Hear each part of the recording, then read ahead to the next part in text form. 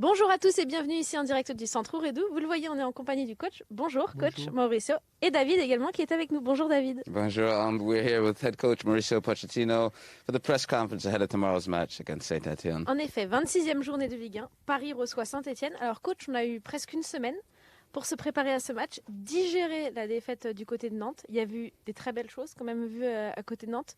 Sur quoi on a insisté le travail durant cette semaine? Yes, I think we had the time to work. I think different feelings after the game because I think in an offensive, in the way that we want to play offensive and in the opposite half, I think many good things. Yes, and we made some mistakes that caused the game, and we were focusing try to improve that and you know and to. Try to be stronger when we play with a team like play in this way that transition and counter-attack, and we need to be focused and concentrate and try to manage better these type of situations. Coach, another stretch of tough matches coming up. It's very easy to look at the matches in the future, but how do you focus the players' minds to take it game by game, starting with Saint-Etienne tomorrow? That is our responsibility, it's our obligation to be focused in every game. We cannot to project us in few weeks because you stop to do what you need to do to win the games. That is our responsibility. But when I say our responsibility, it's a responsibility to first to the coach, to the staff, and of course to the player and to everyone, to try to build the confidence in the job that we are doing and then to translate in every single game. Coach, vous dites que vous travaillez notamment ce type de match, les transitions défensives, les contre-attaques. On sait que Saint-Etienne va certainement justement jouer défensif. Ça va être un match difficile. Saint-Etienne a une particularité. La moitié de leurs buts sont inscrits sur coup de pied arrêté. Est-ce que ça oriente un petit peu le travail ou est-ce que ça ne change pas vraiment grand-chose? Change pas, vraiment. What we need to do is to try to avoid the coup de pied arrêté. We were working too. But we need to avoid, to give the possibility. Like when you prepare all the games that we are assess the opponent, and we know very well the strengths, and of course that is one of the good things from Saint-Etienne, and we need to be aware about that, but we need to anticipate and not give the possibility that happen. Très bien, coach. On va être prêt pour demain alors. Merci beaucoup. Merci. Ciao, ciao. Bonne Merci, conférence coach. de presse. Merci. À tout à l'heure. Vous l'avez compris, qu'importe l'adversaire et qu'importe ses qualités, eh bien, il faut être focus dans tous les secteurs de jeu. On prend un petit peu les apprentissages après Nantes, être peut-être plus réaliste devant, et être plus préparé défensivement en tout cas, à la fois aux contres et aux transitions défensives, a dit le coach Mauricio Pochettino. David lui a demandé il y a quelques instants s'il arrivait à ce que les joueurs soient focus les matchs les uns après les autres, alors qu'on voit le calendrier du Paris Saint-Germain avec des matchs importants qui arrivent. Le coach a dit c'est notre responsabilité. Eh bien, vraiment d'être focus sur les matchs, ils sont tous importants. Celui face à Saint-Etienne est très important, donc ce sera essentiel. Et enfin, je lui ai demandé la moitié des buts inscrits sur coup de pied arrêté de Saint-Etienne en Ligue 1. Est-ce qu'il anticipe ça? Bien non, en fait, il faut quoi qu'il arrive préparer les coups de pied arrêtés en fait, dans tous les matchs qu'il va disputer, notamment ce type de match face à un AS Saint-Etienne de Pascal Duprat, qu'on imagine qui sera très défensif, David. That's right. The coach mentioned how important it was for the team to take the games game by game again, and how that it's his responsibility as a coach and their staff to make sure that the players understand that. But he also mentioned the players and the staff are quite professional, so they understand that tomorrow's match is the first step. He also mentioned that, of course, Saint-Etienne are quite good at set pieces. That was Amber's question. How he answered was, hey, look, we can't necessarily give them the chance to have too many set pieces tomorrow. Oui, voilà. We need to avoid that situation. We know they're good at set pieces. We have worked on that. But we really need to play within ourselves, play our own game. En effet, dans quelques instants, Mauricio Pochettino va se présenter, vous le voyez, de l'autre côté de votre écran, en conférence de presse où les médias l'attendent. En attendant, on peut vous dire le point médical est tombé. Ça confirme l'entraînement au cours duquel David et moi nous étions en live ce matin. Et donc, on peut vous confirmer qu'il n'y aura pas donc Leandro Paredes et Sergio Ramos, ni Ander Herrera, qui ne seront pas là. That's right. Join us tomorrow for the kickoff at 7:30. But first, of course, quick medical update. Sergio Ramos, Ander Herrera and Leo Paredes are out of tomorrow's match, as well as Verratti is suspended. En effet, c'est vrai que Marco Verratti, le milieu de terrain italien, est suspendu pour cette rencontre après une accumulation de cartons jaunes, donc il ne sera pas non plus présent dans le groupe parisien. En revanche, on a des forces en présence, et c'est vrai, la Saint-Etienne, avec David, on en parlait, c'est une équipe qui n'a jamais connu de telle forme, même si elle n'est qu'à un point devant la zone de relégation. Ça fait 4 matchs qu'ils n'ont plus perdu, les hommes de Pascal Duprat. Yeah, St. Etienne come into this match in good form. However, they're just 1 point above the relegation zone. They're in 16th place at the moment. In their last 5 matches, though, they've won 3 times, 1 draw, and 1 loss. So again, this is their best form of the season. Et oui, mais notre historien, Michel, nous a donné une statistique. Et ça fait 24 matchs que Paris est invaincu face au Verts de l'AS Saint-Etienne, un adversaire historique. Il faut presque remonter à 10 ans avant pour voir Paris s'incliner face à Saint-Etienne. Donc on croise les doigts. Yeah, that's right. You need to go Voilà. back 10 years ago. 24, 25 matches since Saint-Etienne have beaten Paris Saint-Germain. So that's a huge stat, a stat that goes in Paris Saint-Germain's favor. En effet. Et puis on a des bons joueurs quand même dans notre équipe, David. Un certain Kylian Mbappé qui est impliqué dans 38 buts en 32 matchs cette saison. C'est 22 buts et 16 passes décisives, toutes compétitions confondues. On le rappelle, il a malheureusement été muet face à Nantes. Ça fait partie des axes dont parlait Mauricio il y a quelques instants. On imagine qu'il, contre ce match, il va avoir les fourmis dans les jambes. Le coach est là, David. Let's go. Allez, c'est parti. On se retrouve après.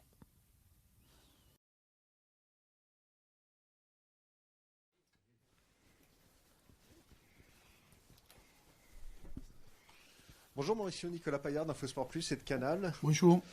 C'est assez compliqué en ce moment entre les blessés, Paredes, Ramos, Herrera, les suspensions, Marco Verratti, Kylian Mbappé la semaine prochaine face à Nice. Est-ce que ça complique l'approche des 2 prochains matchs et surtout la préparation du Real? Et une petite question, est-ce que vous avez peur que Verratti soit sévèrement puni par la commission de discipline après sa sortie le week-end dernier à Nantes? Merci.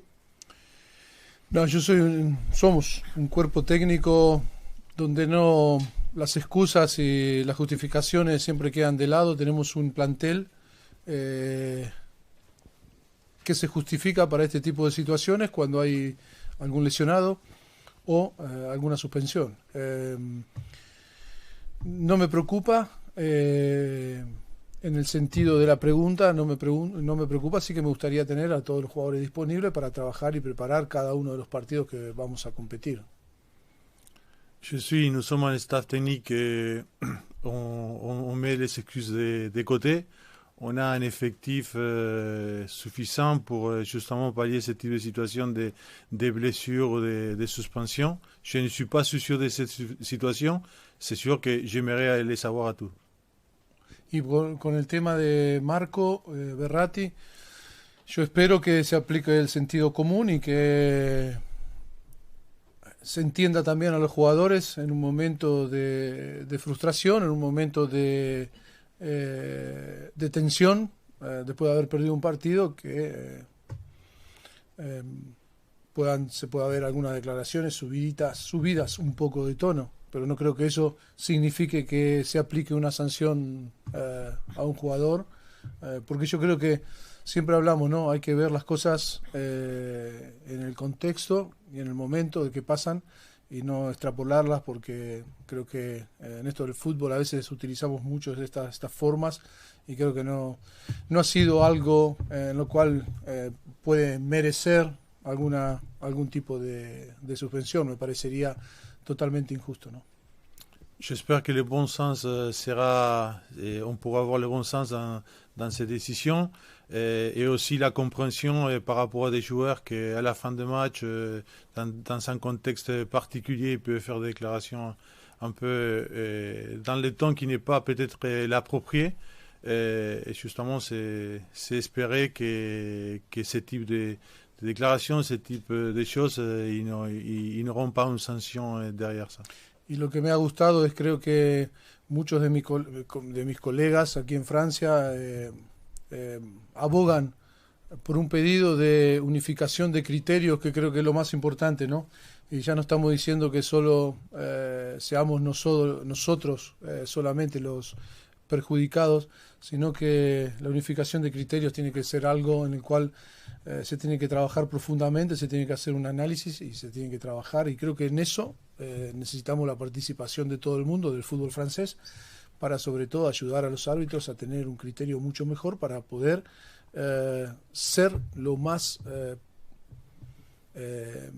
imparcial y ser lo más justo posible en cada decisión que tomen en las acciones que vemos en cada partido, ¿no?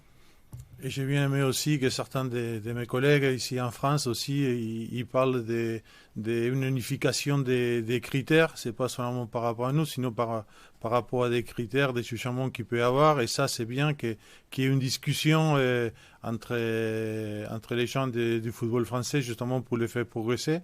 Et c'est quelque chose je pense que c'est quelque chose de positif, justement, d'avoir cette unification des critères. Mi aportación, mi pequeña aportación es ser crítico positivo para que nuestros árbitros franceses puedan estar en la elite compitiendo con los demás árbitros del mundo y que estén en las mejores competiciones y que estén siempre postulados para dirigir finales o grandes eventos en el mundo del fútbol, ¿no? Mon apport, ça peut être aussi critique positive, justement pour une amélioration ou pour que les arbitres français ils puissent être dans des meilleures conditions, dans les meilleures situations, les meilleurs championnats et qui puissent être dans les instances et qui puissent être au niveau le plus haut possible des compétitions. Bonjour Mauricio, bonjour Miguel, bonjour. Hugo Delon du journal L'Équipe. Kylian Mbappé va être suspendu dans une semaine à Nice, donc il y aura environ 10 jours entre Saint-Etienne et le Real Madrid. Est-ce que vous craignez que Kylian manque de rythme et comment faire précisément pour qu'il n'en manque pas à l'entraînement, en séance, pour qu'il arrive en pleine forme pour le Real Madrid? Et deuxième petite question, quelle est votre réaction forcément sur la désignation ce matin de Paris comme la ville qui va accueillir la finale de Ligue des Champions? Est-ce que c'est une pression supplémentaire pour vous ou au contraire une excitation? Merci. Yo creo que Kylian es un jugador que juega asiduamente y que no va a notar la falta de la competición una semana antes del partido de Madrid o unos días antes. Yo creo que al revés va a llegar con la frescura y con la capacidad de poder hacer un gran partido, eso sin ninguna duda. Confiamos mucho en los servicios médicos, en el área de performance y en el área técnica para diseñar el mejor plan para llegar de la mejor forma. Kylian, c'est un joueur qui joue de façon régulière et constante, et le fait de ne pas jouer les matchs d'avant, ça ne sera pas un problème. Je pense que même à l'inverse, je pense qu'il va arriver avec une fraîcheur qui va lui permettre de faire un très bon match. On fait pleinement confiance dans ce que ça va être aussi les plans des départements médical, performance et département technique. Y personalmente es una motivación extra, es una excitación el poder tener la posibilidad de acoger la final de la Champions en París, en el Stade de France. Es algo que hemos tenido suerte de participar, estar directamente envuelto en esa competición, una de las competiciones, si no la más bonita, para jugar, para participar en una final. Sería algo increíble que podamos tener esa posibilidad. Pero queda mucho trabajo por delante antes de pensar en eso. Personnellement, c'est une excitation, c'est une motivation supplémentaire que la finale sera ici. Et on a participé à ce type d'événements et c'est quelque chose d'extraordinaire, une compétition comme la Champions League, une des plus grandes, peut-être une de la plus belles compétitions qui existe. Et c'est vrai que ça sera une motivation supplémentaire, même si encore il reste un long chemin pour arriver là. Bonjour Mauricio, bonjour Miguel, Stéphane Bianchi du Parisien. On a l'impression que Nuno Mendes monte en puissance depuis le début de l'année, là, en janvier. À seulement 19 ans, quels sont les secteurs de jeu dans lesquels il vous surprend ou vous impressionne? Et à l'inverse, quels sont les secteurs dans lesquels il doit encore s'améliorer? Et une petite dernière question sur Layvin Kurzawa, qui a priori n'était pas à l'entraînement ce matin, qui ne fait pas partie du point médical. Je voulais savoir ce qu'il avait. Ok, empiezo por detrás. Layvin habrá sido un error de comunicación, pero está con un problema en la espalda y le ha imposibilitado la última semana poder entrenar con el equipo. Je commence par la dernière. Et peut-être il y a un problème de communication, mais Layvin, il a un problème au dos qui l'a empêché de s'entraîner dans la semaine normalement. Y después Nuno es un jugador que llega tarde, prácticamente en el último día del transfer.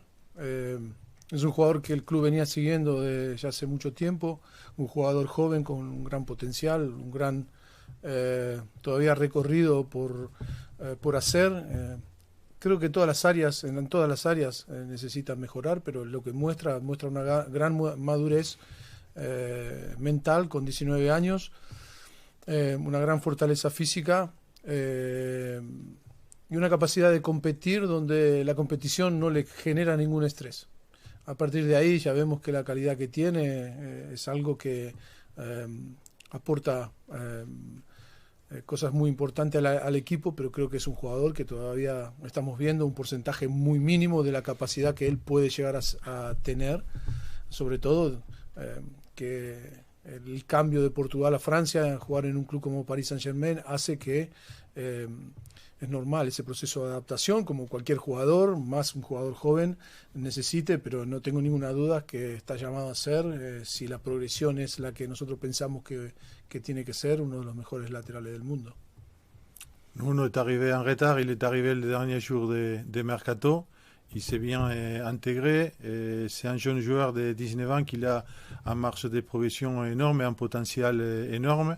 Je pense qu'on voit seulement une partie de ce qu'il peut faire, et s'il continue avec cette progression, il peut aller très très loin. On voit avec lui une maturité mentale, une force physique et aussi une capacité pour jouer sans montrer, jouer et être dans la compétition sans montrer des stress. Ce sont des choses que s'il continue avec cette progression, c'est quelqu'un qui va aller trop loin, qui est appelé à être un des meilleurs. Et c'est vrai que son adaptation en venant du football de Portugal à France, ça s'est fait bien et tout en harmonie. Bonjour coach, Bonjour. Julien Froment pour France Bleu Paris. Un mot sur Sergio Ramos qui est encore absent, il n'a disputé que 5 matchs cette saison avec le Paris Saint-Germain. Est-ce qu'il y a de la frustration pour vous de ne pas pouvoir l'utiliser plus, et quel est son rôle au sein du groupe parisien? Merci beaucoup. Bueno, yo creo que quien más sufre es el afectado, que en este caso es Sergio, el que más está sufriendo, que puede ser frustrado, decepcionado, es él. Nosotros lo que queremos es lo mejor para él y tratamos de ayudarlo de todas las maneras posibles que podemos. Tenemos un gran servicio médico, grandes médicos que hacen todo lo posible por ayudarlo y brindarles el mejor soporte y ayuda y plataforma para que él pueda encontrar soluciones, y ahí nosotros solamente acompañamos con nuestro apoyo moral, psicológico, y dándole esperanzas de que bueno, es posible recuperar para poder ayudar al equipo. Siempre es difícil el rol del jugador lesionado dentro de un grupo. Las dinámicas siempre se crean cuando uno está envuelto en cada día en el entrenamiento y puede competir con sus compañeros. Estando lesionado, y sobre todo el tiempo que está pasando desde que principio de temporada, hace que sea difícil esa cohesión o esa capacidad de cohabitar con sus compañeros y poder tener un rol determinado. Todavía en eso, por las circunstancias que vivimos, el que está viviendo, hace imposible que sea un rol claro, ¿no?, dentro del grupo. La personne, celle qui souffre le plus, dans ces cas-là, c'est Sergio, quand on est blessé, qui peut être déçu, frustré, c'est toujours les joueurs qui est dans cette situation. Nous, on essaye de l'aider dans tous nos moyens, dans tout ce qu'il est à notre... ce qu'on peut le faire. On a un grand service médical, le staff médical, qui essaye de donner une plateforme pour essayer de s'améliorer, de pouvoir pallier à tous ces types de situations. Et nous sommes derrière pour lui donner un soutien moral et psychologique, en lui donnant aussi l'espoir que quand tout sera ça, il pourra revenir à faire ce qu'il aime le plus, que c'est jouer. Le rôle d'un joueur qui est blessé, c'est toujours difficile. le footballeur il a besoin aussi de faire partie de la compétition, de faire partie du groupe dans les jours au jour et aussi dans la compétition, c'est ce qui permet la cohésion et l'interaction avec les joueurs, et c'est quelque chose, un rôle que c'est toujours difficile pour un joueur qui est blessé. Messieurs, bonjour. Bonjour. On a vu la semaine dernière à Nantes que le PSG s'était procuré énormément d'occasions sans pour autant conclure. C'est pas la première fois cette saison. Il y a eu des matchs comme à Rennes ou à Saint-Etienne où Paris a eu énormément d'occasions. Comment faites-vous pour travailler avec les joueurs et résoudre ce problème d'efficacité? Et quel est le discours que vous leur tenez après ce type de rencontre? Merci. A mí no me preocupa. A mí me preocupa, como a ustedes también, y a nuestra gente, a nuestros fans, cuando no se crean las ocasiones suficientes. Tenemos grandísimos jugadores ofensivos que por determinadas circunstancias, bueno, no hemos estado efectivos de cara a puerta, pero lo más importante es que el equipo empieza a tener una fisonomía acorde a la que nosotros todos esperamos, ¿no? Y la expectación hablan, ¿no? Por las cuales la expectación habla. Yo creo que, bueno, esta semana hemos insistido en el trabajo, global de todo equipo, en encontrar un buen equilibrio. Hemos concedido goles que tenemos que saber controlar mucho mejor, sobre todo en situaciones de vigilancias, transiciones, y donde muchas veces tenemos que manejar mejor los espacios, la comunicación, la capacidad de por momentos en inferioridad manejar mucho mejor los tiempos, pero no tengo ninguna duda que el equipo está nutrido de grandes jugadores, y siguiendo por esta línea, creando las situaciones que creamos, vamos a marcar muchos goles. O sea, en eso no hay ningún tipo de dudas por mi parte. Je ne suis pas soucieux, je pense que vous ne l'êtes pas non plus. Je pense qu'on se fait des soucis quand on ne se procure pas les occasions. Là, on se procure des occasions, et on a aussi les joueurs avec du talent, avec une qualité qu'à n'importe quel moment, il peut marquer. Cette semaine, on a mis l'accent sur le travail global, en sachant qu'on doit s'améliorer dans l'équilibre de jeu, dans l'équilibre, dans les transitions défensives, dans les contrôles de l'espace, dans la communication, et dans la gestion des situations aussi en infériorité. C'est tout ce type de situations qu'on a travaillé, et je n'ai aucun doute qu'avec les talents et les joueurs qu'on a, l'efficacité, elle viendra. Bonjour Mauricio. Bonjour. Arthur Perrault, RMC Sport. En conférence de presse, Pascal Duprat, l'entraîneur de Saint-Etienne, a déclaré si on va à Paris pour échanger les maillots avec Messi, Neymar et Mbappé, moi je ne viens pas. Qu'est-ce que vous pensez de ces mots, et plus globalement, quel est votre avis sur cette équipe de Saint-Etienne en difficulté depuis le début de saison? Merci. Bueno, yo pienso que es normal, es una forma de motivar y de entender que más allá de la admiración que seguro se tiene a estos grandes jugadores, Saint-Etienne va a venir a competir. Ese es el mensaje. Cuando yo he estado en Español o en Southampton, siempre que jugábamos contra rivales de esta envergadura como París, siempre era un poco el mensaje, ¿no? Durante los 90 minutos a competir de la mejor manera para poder ganar sin con respeto, pero sin temor, y como bien dijo, vamos a tratar de hacerle el partido difícil, y nosotros eso es lo que nos esperamos, un partido muy difícil contra Saint-Etienne. Je pense que au-delà de l'admiration qu'il peut avoir pour certains joueurs, c'est que c'est une façon de motiver aussi, de dire qu'ils viennent pour compétir, pour faire les matchs difficiles contre nous. Moi aussi, j'étais dans des clubs comme l'Espagnol, au Southampton, et quand il y avait des matchs contre des équipes de style de Paris Saint-Germain, c'était un match où il fallait compétir pour 90 minutes, et on s'attend justement à un match difficile demain contre Saint-Etienne. No sé que me preguntó algo más. ¿Y qué pensás del equipo de Saint-Etienne, un equipo que dice está en dificultad desde el principio de la temporada? Sí, porque es un equipo en dificultad. Saint-Etienne va a ser un equipo peligroso.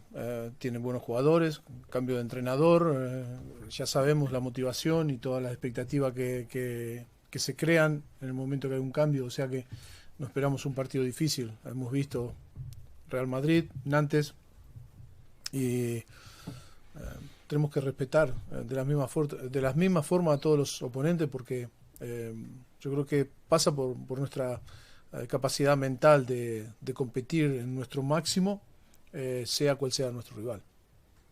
Oui, c'est une équipe parce qu'il est en difficulté aussi, ça sera un adversaire difficile, et ça sera un match difficile, et ça sera à nous aussi d'être dans de bonnes dispositions. Justement, on l'avait vu, il y a des matchs Real Madrid, Nantes, et demain aussi, ça sera un match où il faut qu'on soit vraiment au niveau pour compétir contre Saint-Étienne.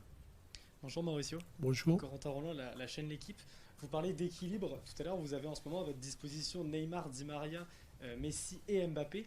Est-ce que c'est envisageable pour vous, au niveau de l'équilibre défensif, notamment d'aligner les 4 en même temps?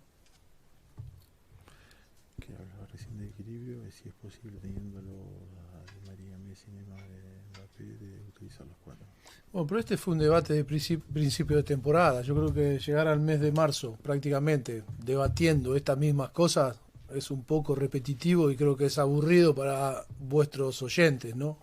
Ya lo hemos hablado muchas veces. C'est quelque chose on parle de ça depuis le début d'année, et arriver déjà à ces moments-là et continuer à parler, c'est peut-être un peu ennuyeux pour vous et peut-être pour tous les gens qui vous écoutent.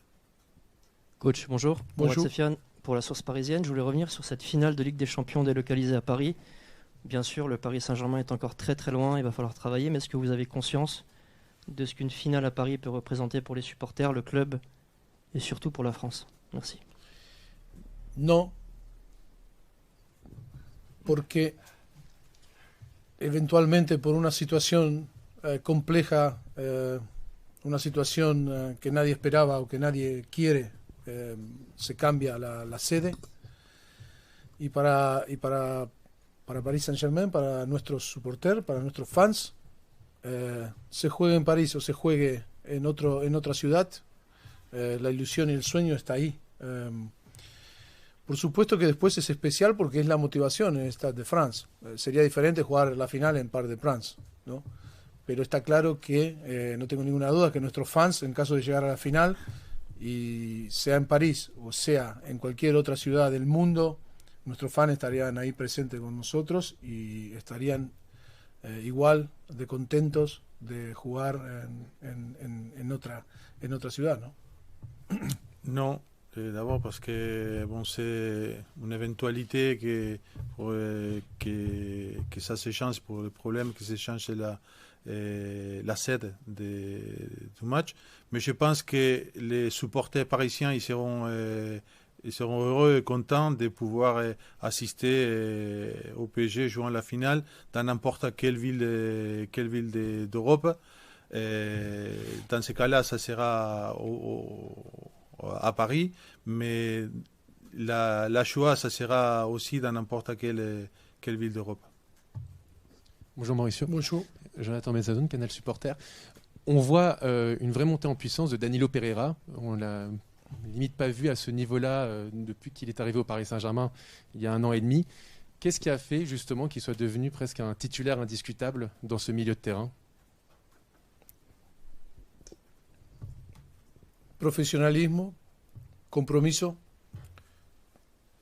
trabajo duro, sentimiento de pertenecer a un grupo, trabajar por el compañero, no solamente para sí mismo, sino por su compañero. Hay un montón de virtudes que describen a Danilo Pereira, y creo que más allá de que podemos analizar su capacidad táctica o técnica o de rendimiento, yo creo que esos valores lo posicionan en una situación de siempre disponibilidad para el equipo, y merecidamente creo que ha encontrado, como antes me preguntaban, su rol y su capacidad para ayudar al equipo en cualquiera de las situaciones. Creo que eso lo describe y es el porqué de que puede estar en el momento que está ahora, ¿no?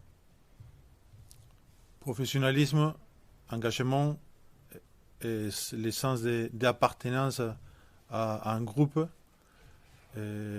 travail dur, ce sont des qualités qu'on les voit et que des qualités qu'on voit en lui dans tout moment, qui se met au service d'un groupe. Et avant, comme on parlait d'un rôle, c'est quelqu'un qui a trouvé son rôle, c'est son rôle d'aider l'équipe, et qui, au-delà des qualités et des caractéristiques tactiques, techniques et de son rendement, c'est justement ses disponibilités, toujours quelqu'un qui se met au service de l'équipe. Humildad. Humilité. Conocer sus virtudes y ses vertus et ses limites. Beaucoup de choses. Bonjour coach, bonjour. Pour PSG Community, j'ai une question sur avoir votre avis par rapport, en tant que passionné de football et en tant que coach, qu'est-ce que vous préférez mettre en avant dans vos séances de travail? Est-ce que c'est l'aspect tactique, technique ou physique? Comment? Qu'est-ce que vous préférez le plus en général en tant que coach, en tant que passionné de ballon rond? ¿Qué es lo que preferís poner, digamos, primero en una sesión de lo táctico, lo técnico y lo físico? Bueno, yo creo que el fútbol como deporte concebido es un todo, no se puede separar las cosas. Creo que cuando se entrenan todas las áreas. Para mí eso es algo holístico, es algo que es un conjunto. La táctica no es solamente, como hablamos, la táctica no es el diseño de una situación animada dentro de un área en el campo, donde el equipo tiene que conocer los principios para desarrollarla, sino que también es la comunicación, la comunicación y la forma de vida que se maneja un grupo fuera. Como lo técnico se trabaja en sesiones individuales, colectivas, como la parte física también se trabaja en una parte táctica, porque hay desplazamiento, porque hay aceleraciones, desaceleraciones, hay ganar alturas, es ganar duelos, la fuerza.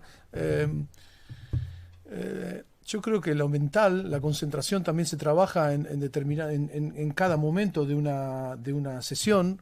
Yo creo que como es holístico, no es que haya una preferencia. Yo creo que hay prioridades muchas veces en los equipos que muchas veces hacen que nosotros como entrenadores tenemos que distinguir cuando la prioridad se centra mucho más en el trabajo táctico, técnico, físico o estratégico, o de generar una unión sagrada, crear un buen espíritu de trabajo externo, yendo a hacer situaciones de una comida, todos juntos, una barbacoa. Hay un montón de cosas que a veces después damos prioridades los entrenadores, pero creo que siempre se trabaja en el conjunto, pensando, siempre hay un porcentaje determinado de cada cosa, ¿no? Envuelta. Le football conçu comme quelque chose de global, comme un tout, on doit avoir une vision holistique par rapport à ça. C'est difficile de séparer tous les secteurs techniques, tactiques, mentales et physiques. Quand on fait un exercice, une situation de jeu animé, tactique sur le terrain avec des joueurs, c'est pas seulement ça. Travailler la tactique, ça peut aussi être la communication sur le terrain et aussi en dehors du terrain, qui permet une meilleure communication pour avoir une meilleure compréhension tactique. On peut faire un exercice tactique et aussi avec des composantes physiques, des accélérations, des forces, des changements d'auteur. On peut faire travailler la technique des points de vue individuel, global, dans des différents types de situations. Et ça va aussi pour le travail mental. Aussi, après, les entraîneurs, ce qu'on donne, c'est des priorités. En voyant les moments de la saison, les moments de l'équipe, les situations auxquelles on peut s'apercevoir, de donner des priorités à certaines choses. plus technique, plus tactique, plus physique, plus mental. Parfois, on peut parler que des cohésions de groupe ou de quelque chose, de construire plus un groupe. On peut parler de faire un dîner, une sortir, ou quelque chose qui vont dans le mental. C'est pour ça que c'est difficile de séparer une chose de l'autre. La chose qu'on peut faire parfois, c'est donner priorité à certains secteurs plus que d'autres. Parfait. Très bien expliqué. Merci beaucoup. Merci. Avec ceci, merci.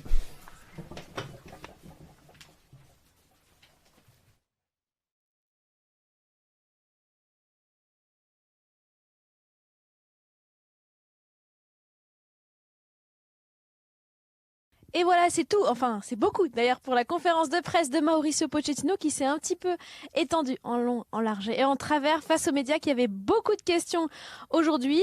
David, l'essentiel, c'est que Saint-Etienne, ce sera un match difficile. Il l'a dit, il faut s'attendre à un adversaire redoutable qui est sur une très bonne forme en ce moment. That's right. That was Mauricio Pochettino's press conference. A bit longer than normal. A lot of questions from the media there, as you heard. But what Pochettino does highlight, tomorrow's match, we don't look for any excuses, whether it's injuries or suspensions. We have to go out there and play the way that Paris Saint-Germain play. En effet, pas d'excuses, mais du coup, il me tend une perche. On va faire le petit point médical. On peut vous dire qu'Ander Herrera, qui a une douleur musculaire, n'est pas là. Leandro Paredes, toujours touché aux adducteurs. Sergio Ramos, qui poursuit donc sa reprise. Et enfin, tant qu'on parle des suspensions, Marco Verratti, lui, pour une accumulation de cartons jaunes, ne sera pas là face à Saint-Etienne. Mais il y a un homme qui sera certainement dans le groupe. En tout cas, rien de présage qu'il ne soit pas là. C'est un certain Nuno Mendes. Et Nuno Mendes, il en a bien parlé, le coach David. That's right. Nuno Mendes, one of the players in form that Pochettino talked about. Of course, he's a young player, but he said, really, the sky is his limit. He can go on to be one of the best fullbacks in the world if he realizes his potential, and that's the hope of the team. En effet, c'est vrai, il a dit, finalement, on ne voit qu'un tout petit pourcentage de ce que pourrait être Nuno Mendes sur le terrain. Le stress coule sur lui durant les grandes rencontres. Et finalement, eh bien, l'international portugais, il n'a aucun doute sur le fait qu'il pourrait devenir l'un des meilleurs latérales de la planète football, Nuno Mendes. Donc de beaux présages en tout cas pour le jeune. Et puis du coup il a parlé au même poste de Layvin Kurzawa. Il a dit qu'il avait une blessure au dos, David. That's right, Layvin Kurzawa with a small back injury that Pochettino talked about a bit there, which means Nuno Mendes has a bit more, I guess, freedom in the squad. Bon, forcément, les journalistes avaient envie de cuisiner Mauricio Pochettino sur la finale de la Champions League. Il l'a dit, alors évidemment que ce serait une source de motivation supplémentaire pour le Paris Saint-Germain, mais attention, il y a encore beaucoup de travail avant de se permettre de rêver de ça. Yeah, of course, the host city of the Champions League final has been changed to Paris in late May. And of course, it's extra motivation for the squad, as Pochettino talks about, but there's a lot of work that needs to be done ahead of time. So, take it step by step. On n'y est pas encore, hein, David. On a encore du temps avant d'aller du côté du Stade de France pour vivre cette finale. L'objectif pour l'instant, c'est cette 26e journée de Ligue 1 qui oppose le Paris Saint-Germain à Saint-Etienne. L'objectif, c'est de continuer à prendre son envol en tête de la Ligue 1. On rappelle que Paris compte 13 points d'avance sur son premier poursuivant, l'Olympique de Marseille, et tout en bas, ils ont réussi à remonter. L'AS Saint-Etienne compte 1 point d'avance sur la zone de relégation. That's right. The idea of tomorrow is to continue that form in Ligue 1. 13 points clear at the top of the Ligue 1 table. Of course, Saint-Etienne come into this game 1 point above the relegation zone in 16th place. Je pense qu'on a tout dit, David. That's it, yeah. Ok, alors on va vous laisser, mais vous pouvez continuer, vous, si vous en avez envie, vous basculez sur Twitch. Et il y a Arsène qui vous attend pour répondre à toutes vos questions. That's right. Tune in for the Twitch for Arsène and Laura, and we will see you later. Ouais, et bon week-end à tous. Ciao.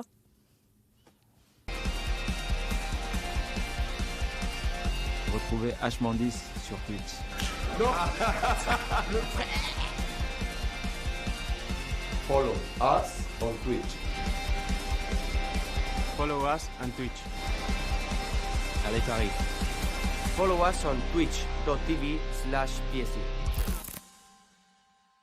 Salut à toutes et à tous, bienvenue sur la chaîne Twitch du Paris Saint-Germain. Hello everyone, welcome to the Parc des Princes. Bienvenue dans ce nouveau numéro de H-10 au Parc des Princes, Flo. La deuxième mi-temps, ça commence maintenant. On va passer un bon moment.